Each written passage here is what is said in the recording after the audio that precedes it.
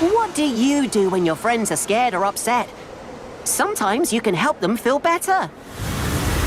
My friend Henry used to be scared of the rain.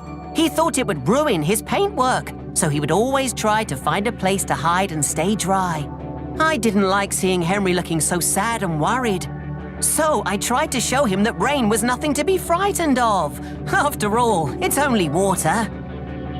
When Samson got scared of the fireworks, Bradford stayed with him and helped him get over his fear. Once Samson calmed down, he realized that he did quite like the fireworks after all. Sometimes we can help our friends feel better, just like our friends can help us too.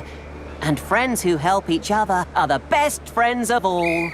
Come on, Thomas! It's time to go. See you next time.